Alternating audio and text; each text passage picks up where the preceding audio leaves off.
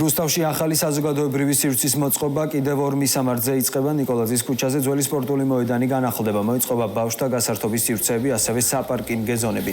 მულტიფუნქციური საზოგადოებრივი სივრცე გაკეთდება მერვე მიკრორაიონის ნომერ მე-5 კორპუსის შიდა ეზოშიც. სამუშაოების დაწყებამდე პროექტი მოსახლეობას რუსთავის მერმა ადგილობრივი ხელისუფლების წარმომადგენლებთან ერთად გააცნო. ჩვენს გუნდს ჰქონდა ორი მნიშვნელოვანი შეხვედრა მოსახლეობასთან, მათთან ერთად დავგეგმეთ შიდა საუბნო სივრცეების მოწყობა, იმგვარად რომ მაქსიმალურად კომფორტულად იგრძნონ თავი მათ შვილებთან, შვილიშვილებთან ერთად. აქტიურად დაიწყება სამუშაოები და რუსთავს დაემატება კიდევ ორი განახლებული თანამედროვე რეკრეაციული სივრცე. ორი კორპუსის სამხანაგობარი, რომელთაც ჰქონდათ მოთხოვნილი პატარა სკვერის რეაბილიტაცია, რომლითაც ორივე ამხანაგობას სარგებლობს.